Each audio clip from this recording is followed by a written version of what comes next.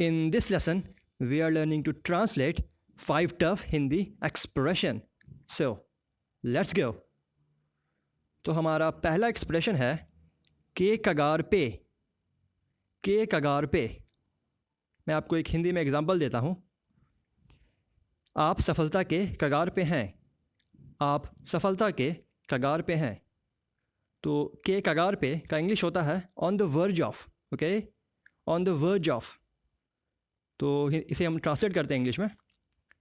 You are on the verge of success. You are on the verge of success.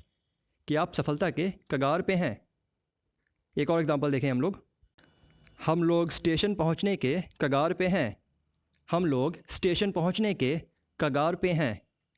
In English, we are on the verge of reaching station. We are on the verge of reaching station. Okay, now next one is एन वक्त पे या N समय पे. Example मैं आपको देता हूँ एक. पुलिस बिल्कुल एन वक्त पे एन समय पे पहुँची. एन समय पे in English that is in the nick of time. Okay, in the nick of time. तो इसे इंग्लिश में हम लोग ट्रांसलेट करेंगे. Police arrived in the nick of time. Police arrived in the nick of time. यानी कि निक of time यानी ऐसा चीज़ जो बिल्कुल सही समय पे हुआ, न लेट न पहले, बिल्कुल एन वक्त पे, बिल्कुल मेन वक्त पे. That is in the nick of time. Now, moving on. But guys, if you haven't yet subscribed to English in Wag, then guys, please subscribe and press the bell icon so that you can always become better in English with our interesting lessons. Now, moving on.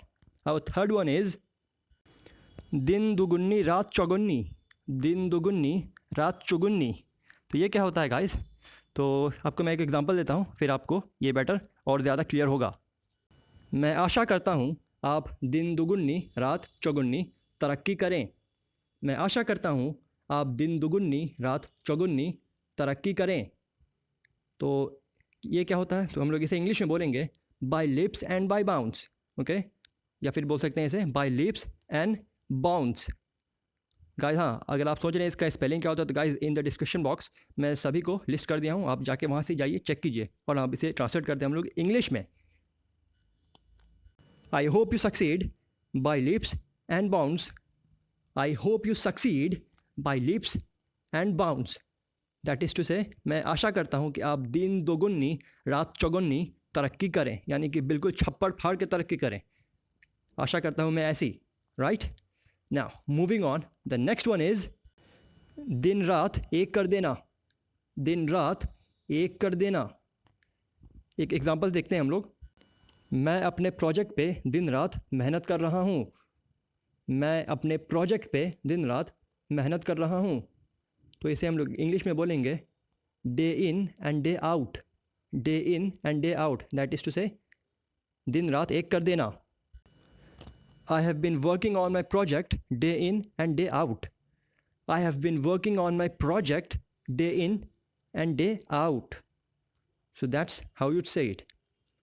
दिन रात एक कर देना. So finally we have got is दिन दहाड़े. दिन दहाड़े. मैं आपको एग्जांपल देता हूँ. लुटेरों ने बैंक को दिन दहाड़े लूटने की कोशिश की.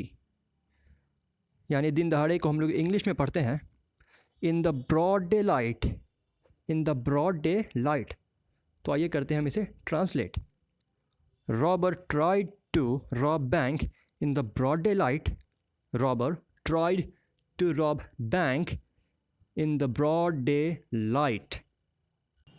तो इस लेसन में आपने जाना हिंदी के ऐसे 5 टफ एक्सप्रेशन और कैसे बोलेंगे हम उन्हें इंग्लिश में. के कगार पे, ऑन द वर्ज ऑफ, एन समय पे, in the nick of time, रात दिन एक कर देना, day in and day out, दिन दोगुन्नी रात चौगुन्नी, बाय लिप्स एंड बाउंड्स. और फाइनली हमने जाना दिन दहाड़े in the broad daylight. और हाँ गाइस, अब आप जान चुके हैं इन सभी एक्सप्रेशन को. आप जान चुके हैं कैसे करेंगे इन्हें यूज़. तो गाइस मुझे कमेंट सेक्शन में आप इस वर्ड से, इस एक्सप्रेशन से कुछ सेंटेंस बना के दीजिए. और अगर आपका कोई भी अभी सवाल है, कोई सुझाव है तो गाइस कमेंट सेक्शन में आप मुझे पूछ सकते हैं. I will try my best to answer.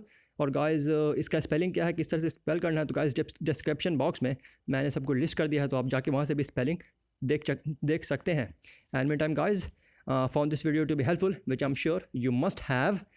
So give this video a big thumbs up, and haven't shared this video, then guys please share this video to your friends, family, so that they can also learn about these 5 tough Hindi expression and how to use them in English. And meantime guys, haven't yet subscribed to English Chin Wag, then subscribe and press the bell icon so that you can always become better in English with our interesting lessons. And until we meet next time, take care. Cheers guys.